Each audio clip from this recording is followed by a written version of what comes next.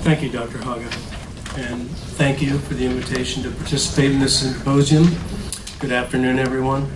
In this presentation, I, along with my many co-authors representing the three project organizations, would like to give you a short summary of comparative studies of the early life histories of Pacific bluefin and yellowfin.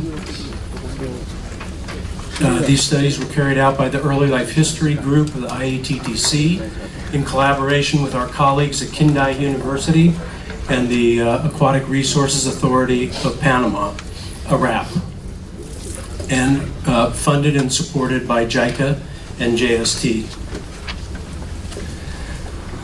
The project was carried out under the auspices of the SATREPS program. The specific objectives were to do comparative studies of the early life histories of both species, and secondarily to develop technologies for successful rearing of yellowfin juveniles for aquaculture purposes.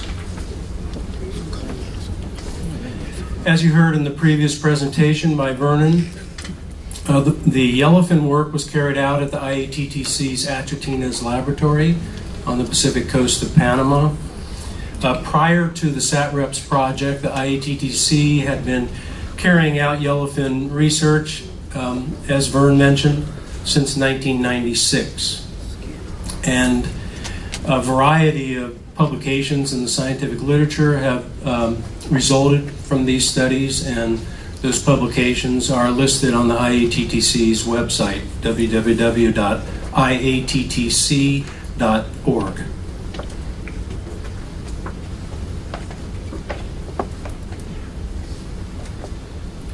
And this just presents a short summary of some of the types of research that were carried out by the IATTC over the last 18 years. Early life history studies included investigations of larval and juvenile growth patterns in response to prey abundance, egg and larval survival potential, and very importantly, the effects of physical factors, water temperature, microturbulence, light intensity, dissolved oxygen, and other physical factors on larval growth and survival.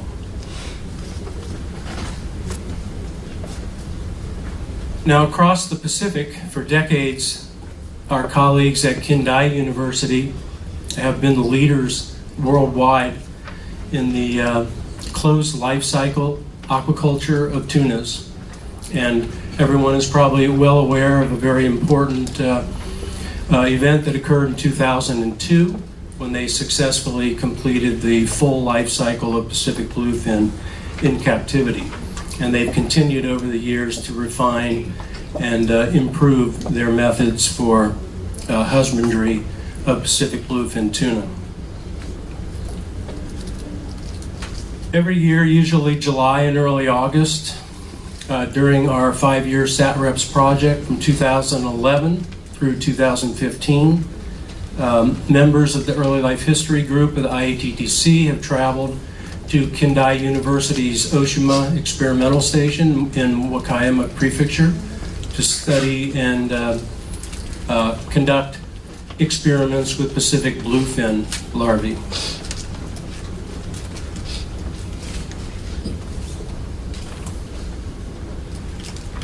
Prior to the start of this study,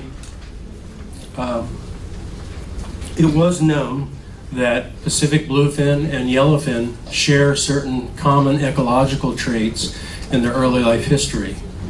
To mention just a few, larvae of both species grow exponentially, and they require warm water habitats for their nursery and spawning areas. Larvae of both species exhibit very high metabolic rates, and they both become piscivorous at very early stages in the early life history, usually in the notochord fluxion stage of the larval stage, which is quite early compared to most marine fish larvae. So our interest was in comparative studies to see if there were any notable differences in larval growth potential, starvation potential, or feeding behaviors that could explain any differences in the early life history or the reproductive modes of each species.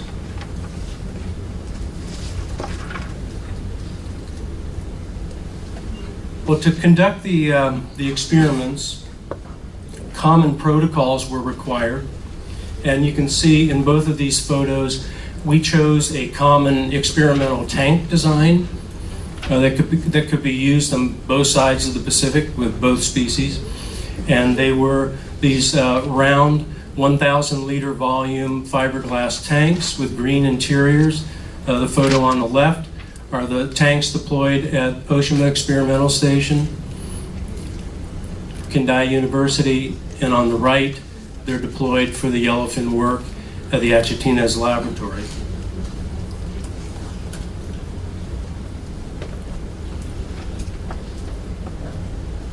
Well, larval food availability is a very potent determinant for survival and growth in larval tuna.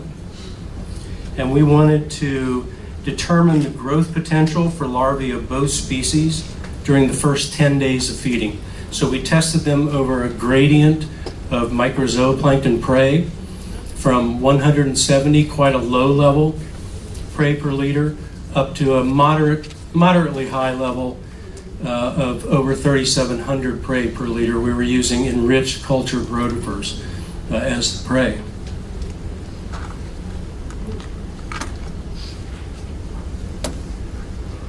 And we wanted to determine the growth and survival responses of both species, also to a 2-day delay in optimal feeding.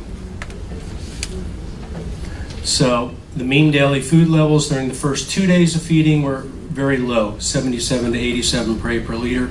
Then high levels were introduced, and we wanted to characterize the growth patterns following the introduction of optimal food levels.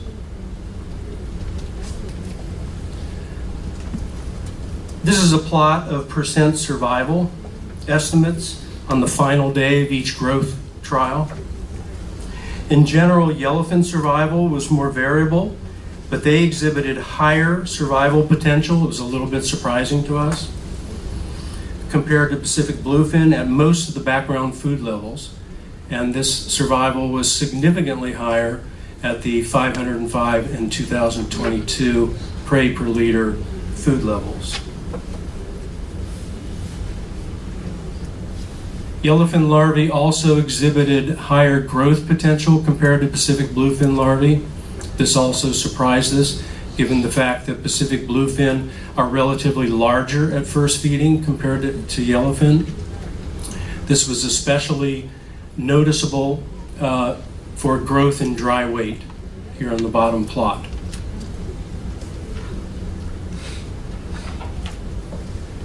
The other experiment that we conducted, as I mentioned, was a 2-day delay in optimal food levels, indicated right here. Here's the 2 days feeding at very low food levels. High food then introduced, and over the next week, we then estimated the growth rates, specific growth rates of larvae of both species. And again, the yellowfin exhibited a higher, significantly higher growth potential once high food was introduced, almost twice the specific growth rate of Pacific bluefin.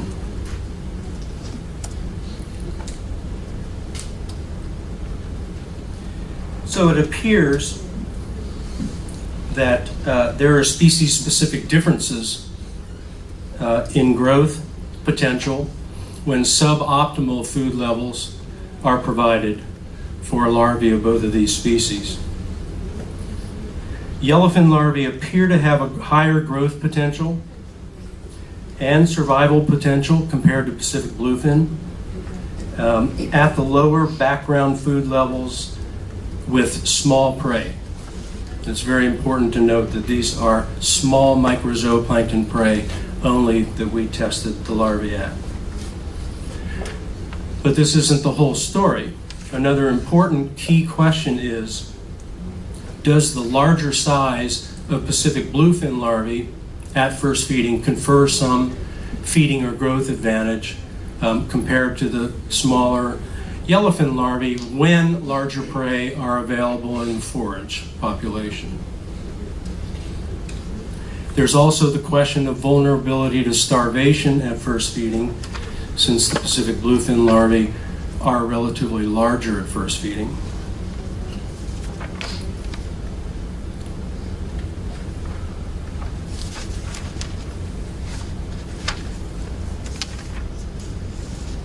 This is a plot of starvation potential in both species. Obviously the blue symbols Pacific bluefin, yellow for yellowfin. And the Pacific bluefin, given their larger size, larger endogenous energy reserves, are more resistant to starvation across the full developmental temperature range. These trials were done at about 24 to 30 degrees. Pacific bluefin showed less vulnerability to starvation and starved at a rate of anywhere from 0.5 to 1 day longer compared to the yellowfin larvae. So this higher resistance to starvation could be a really significant factor, especially when larvae are feeding in these oceanic regions at very high temperatures.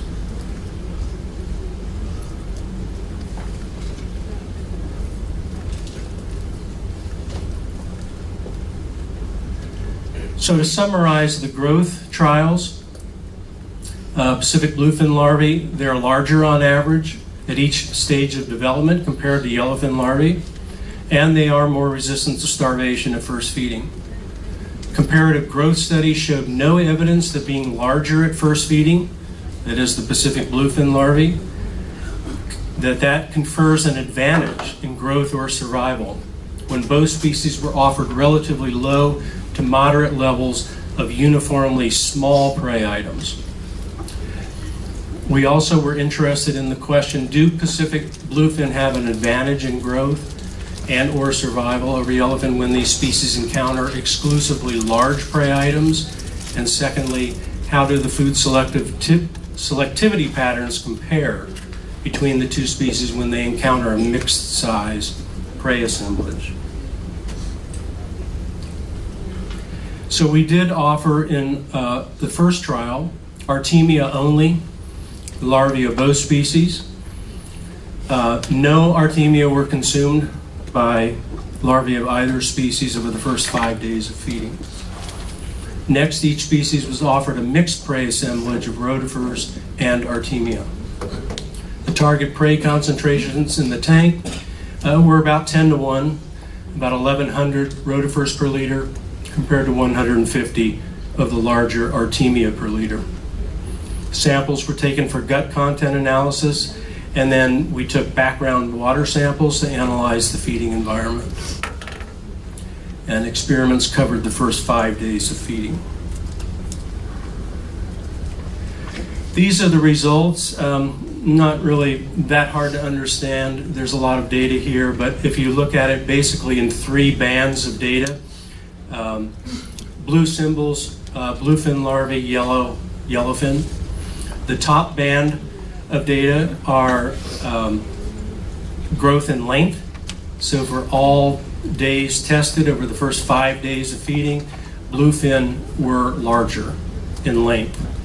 The middle band of data is the mean mouth width, which controls the size of microzooplankton prey that can be consumed by marine fish larvae. For the first 3 days, bluefin larvae had significantly larger mouths, but that changed by the 4th day. Even though they were larger in length, the yellowfin caught up to the bluefin in mouth width, and by the 4th and 5th day of feeding were equivalent or larger in terms of mouth width.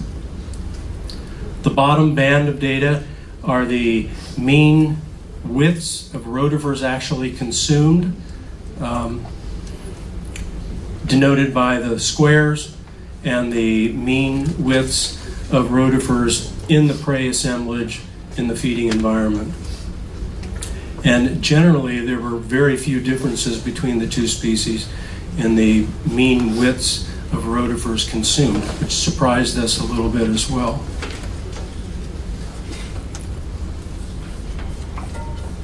There may be other reasons for why no Artemia, the larger prey, were consumed during the first 5 days of feeding. Artemia have a very characteristic swimming motion, and they do appear to be larger in width than they actually are. We're also looking at gastric evacuation experiments. We've completed them with Pacific bluefin this past year, and they'll be completed this coming year in Panama with the yellowfin larvae. And we've also completed several diel feeding experiments. It is the daily cycle of feeding through day and light cycles. We completed those for Pacific bluefin in 2015, and we'll be repeating those with yellowfin larvae this coming year. This is a diagram of the spawning distribution of both species.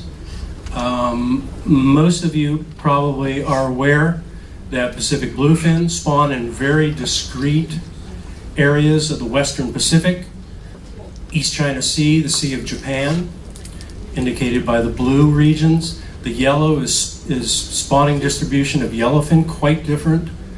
They spawn throughout tropical and subtropical regions, circumoceanically in all oceans except the Mediterranean Sea.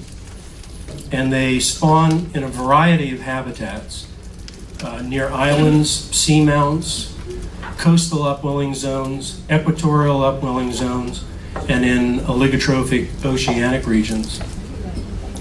So the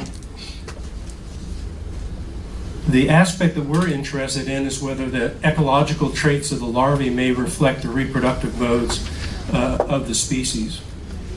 And one hypothesis that we're suggesting is that Pacific bluefin have more of a match-mismatch reproductive pattern where they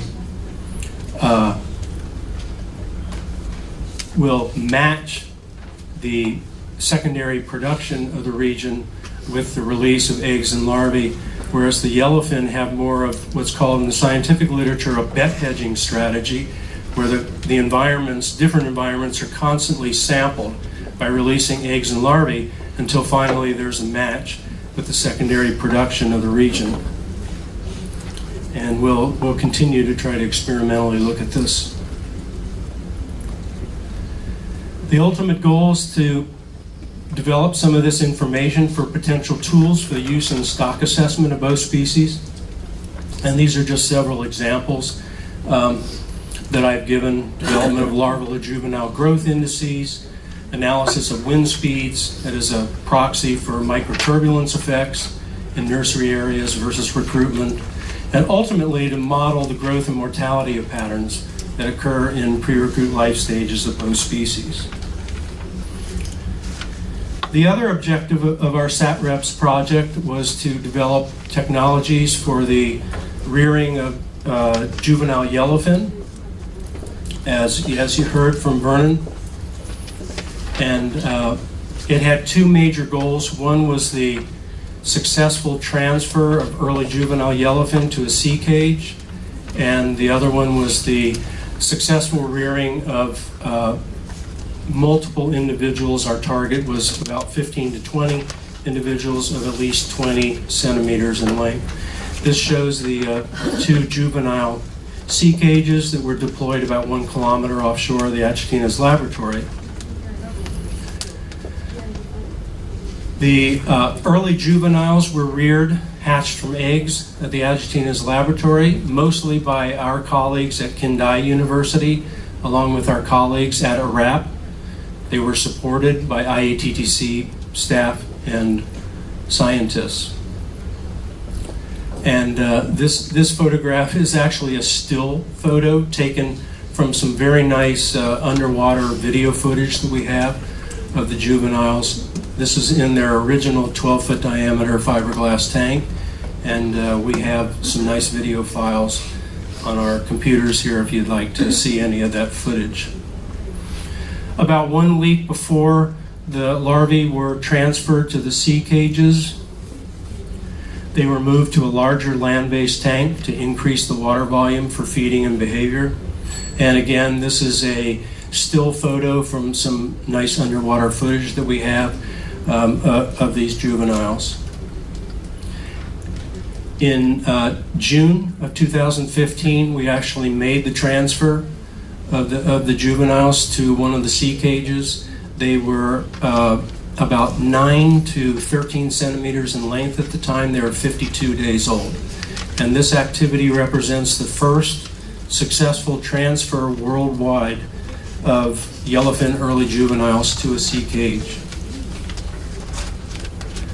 Due to vessel and staff limitations, however, it was decided amongst all the project participants that we would only leave them in the sea cage for approximately 1 month, at which point they would then be harvested and transferred back to an even larger land-based concrete tank for further rearing. And this shows some of that activity in mid-July.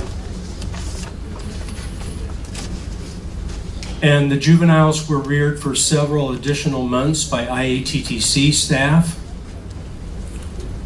This shows the yellowfin tuna juvenile at 108 days post-hatch. We had a number of individuals exceed 20 centimeters in length prior to mortality. And the longest surviving juvenile was 158 days post-hatch and about 28 centimeters of total length. So we feel, based on the success of the sea cage transfer and the successful rearing, that